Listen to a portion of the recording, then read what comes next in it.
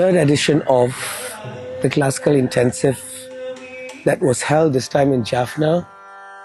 I think for us it has always been important to ensure that when we go to communities and work with the specificities of their needs, essentially what we're doing is we're acting as facilitators who are there to share and eventually, hopefully, empower the voices of those who are participating, and for those who are participating to feel their individual identities within the traditions and histories of the form that form their artistic anchors and spine.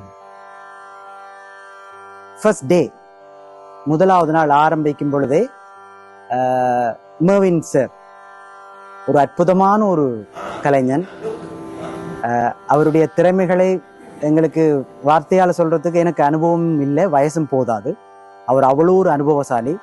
கலாக்ஷேத்ராவில் படிச்சுட்டு அவர் இந்த கலையை உயிருக்கு மேலாக அவர் அந்த கலையை உள்வாங்கி இருக்கிறபடியா அவர்கிட்ட இருந்து இந்த கலை இன்னும் மேலோங்கி நல்ல ஒரு நிலைக்கு இருக்கு. அந்த கலையை உலகம் முழுவதும் பரப்பணும் என்ற இந்த அக்ரம் கான் கம்பெனியோட அந்த ஒரே ஒரு நோக்கம், அது எவ்வளவு செலவானாலும் பரவாயில்ல, இந்த கலை உயிரோட இருக்கணும் என்ற ஒரு உள்நோக்கத்தோட அவங்களுடைய அந்த நல்லொரு சிறந்த ஒரு மனப்பாங்கு, ஒரு நல்ல கலைஞன் அழகு அந்த இந்த எண்ணத்தினூடாகவே வெளிப்படுகிறது. இங்க அந்த ஒர்க் ஷாப் நாங்கள் இதுல இருக்கும் பொழுது அவருடைய அந்த ஆற்றல் வெளிப்பாடு நடன கலையில ஒரு அதிசிறந்த ஒரு உச்ச நிலையிலே இருக்கிறார் என்றது கண்கூடாக புலப்படுகின்றது. And what my job is for both of them to be able to experience. Am I making sense?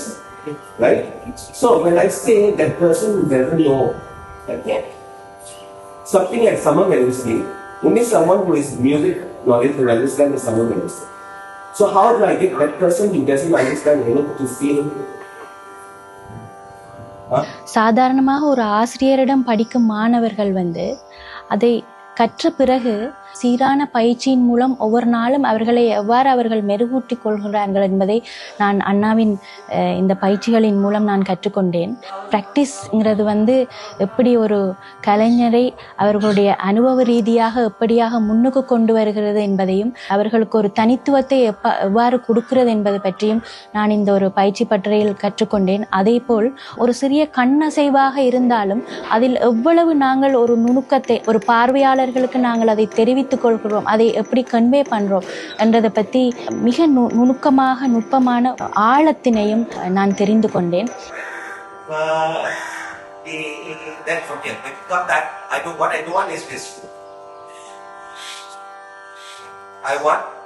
எவ்வளவு நுட்பமான விஷயங்கள் எல்லாம் இருக்கின்றதோ அத்தனை நுட்பமான விஷயங்களையும் இந்த ஆசான் இந்த மாணவர்களுக்கு கற்றுக் கொடுக்கின்றார். மாணவர்களை பொறுத்த வரைக்கும் அவர்களுடைய ஆசானுடைய கற்பித்தலை அவ்வளவு அப்சர்வேஷன் என்று சொல்லுவோம். எங்களுடைய கலையை பொறுத்த வரைக்கும் உள்வாங்கும் திறன் இருந்தால் மட்டுமே நாங்கள் அதை உள்வாங்கினத்தை வெளியில கொண்டு வர முடியும் எங்களால. அப்ப எங்க இருந்து பெறுகிறோமோ அந்த பெறுகின்ற இடம் மிக சிறப்பானதாக இருந்தால் மட்டுமே எங்களால கொடுக்க முடியும். அதே அளவுக்கு இல்லை என்றாலும் ஏதோ ஓரளவுக்காவது எங்களால கொடுக்க முடியும்.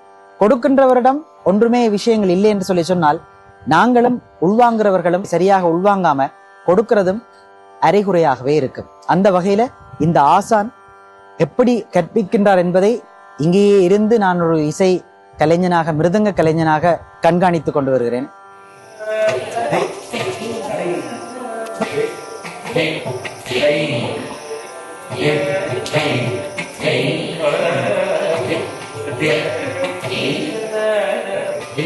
ஃபர்ஸ்ட் இம்ப்ரெஷன் அப்படின்னு சொல்லுவோம்ல, அது வந்து எனக்கு வந்து இங்கே வந்த உடனே ஒர்க் ஷாப்ல அண்ணா எல்லாரையும் வந்த உடனே சுருதி சேர்க்க சொன்னாரு, சாப்பாசா சொல்ல சொன்னாரு. அது உண்மையா அது ஏன்னு எனக்கு முதல் விளங்கலேன்னு, நாங்களையும் சாப்பாசா சொல்லணும் அப்படின்னு சொல்லி அதை செய்துட்டு அண்ணா சொன்ன விஷயம் வந்து, சாப்பாசா வந்து ஒரு மியூசிஷியன், ஒரு வோக்கலிஸ்ட் வந்து பாடும்போது அந்த மேடையில இருந்து அவர் பாடி முடிக்கும் வரைக்கும் அந்த சாப்பாசாவில் வந்து அவருக்கு முழு கவனமும் இருக்கும். அந்த சுருதி இல்லைன்னா அது அப்படியே ஃபுல் ஆகுது. அந்த பெர்ஃபார்மன்ஸ்ல எதுவுமே இல்லை, சுருதி தான் மெயின். அப்படி டான்ஸருக்கு பொடி இருக்கணும்னு சொன்னாரு. நாங்க இவ்வளோ காலமா ஆடுறோம்.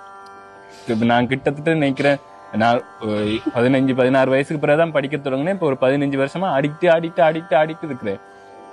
இந்த ஒரு விஷயம் எனக்கு யாருமே சொன்னதில்லை.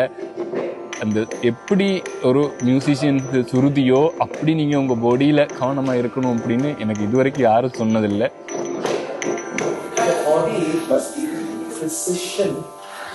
Look at this, if it is not precise, even that D, dom, num, if he is not precise on exactly the physical articulation of that tone, the sound is wrong. Correct? நடனம் தவிர்த்து பக்கம் சார்பாக எங்களுக்கு இசையையும் தாளத்தையும் எவ்வாறு நாங்கள் ஒரு நடனத்திற்கு எத்தனை முக்கியம் என்பதை பற்றியும் ஒரு மாணவர்கள் இந்த பயிற்சி பட்டறையில் நிறைய விஷயங்களை கற்றுக்கொண்டார்கள். இசை இல்லாமல் நாட்டியம் இல்லை, தாளம் இல்லாமல் நாட்டியம் இல்லை.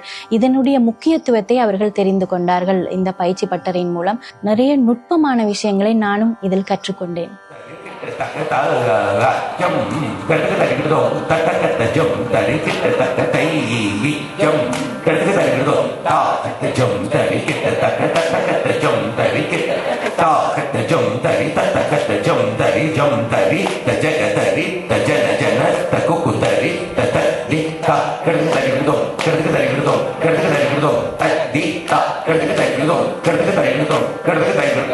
ஆனால் முதல் முறையாக நான் இங்கே கண்டது, அதாவது ஒரு நடனத்துக்கு பக்க இசை கலைஞர்கள் எவ்வளவு முக்கியத்துவம், அதாவது ஒரு மேடை கச்சேரிக்குத்தான் கட்டாயமாக பக்க இசை கலைஞர்கள் இருக்கணும் என்ற ஒரு தாற்பரியத்தை மீறி அந்த எந்த கலையாக இருந்தாலுமே பயிற்சியின் போது எல்லா இசைகளும் கூடவே வர்றதுக்கும் இசை இல்லாமல் நாங்கள் பயிற்சி செய்யறதுக்கும் என்ன வித்தியாசம் என்றதை இந்த கண்கூடாக நான் அறிந்து கொண்டேன். இங்க வந்து அந்த ஒரு சின்ன ஒரு கமகத்துக்கு, அந்த கமகத்துக்குள்ள என்ன பாவம் இருக்குன்னு அண்ணா கண்டுபிடிக்கிறாரு.